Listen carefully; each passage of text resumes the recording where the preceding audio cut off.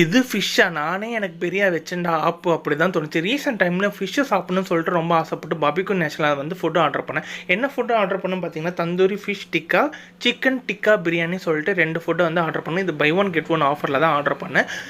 First packing வந்து ரொம்பவே சூப்பராக இருந்துச்சு. உங்கள் பேக்கிங் வந்து எந்த குறையும் சொல்ல முடியாது. டேரெக்டாக வந்து நம்ம டிஷ்ஷுக்கே போயிடலாம். தந்தூரி ஃபிஷ் டிக்கா அப்படின்னு சொல்லிட்டு அந்த பிளேட்டர் தான் ஆர்டர் பண்ணேன்.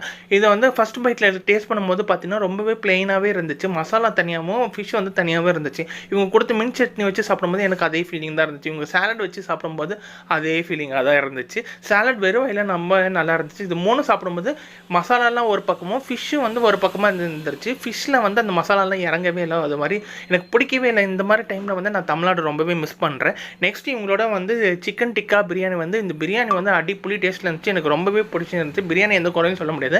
அவங்க சிக்கன் டிக்கா வந்து நான் குறை சொல்ல மாதிரி இருக்குது. ரொம்பவே ரஃப்பாகவே இருந்துச்சு. கடிக்கிறதுக்கு ரொம்பவே ரஃப் மீட்டாகவே இருந்துச்சு. மற்றபடி டேஸ்ட் வைஸ் எந்த குறையும் சொல்ல முடியாது.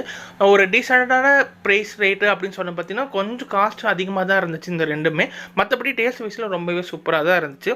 ஒரு வாட்டி வேணால் நீங்கள் ட்ரை பண்ணி பார்க்கலாம். மொத்தோட காஸ்ட் வந்து பார்த்தீங்கன்னா 400. ஆப்போட காஸ்ட்டுன்னு பார்த்தீங்கன்னா 542. ஒர்த் ஃபார் மணியாக கிட்ட கொஞ்சம் டவுட்டு தான் என்னை பொறுத்து.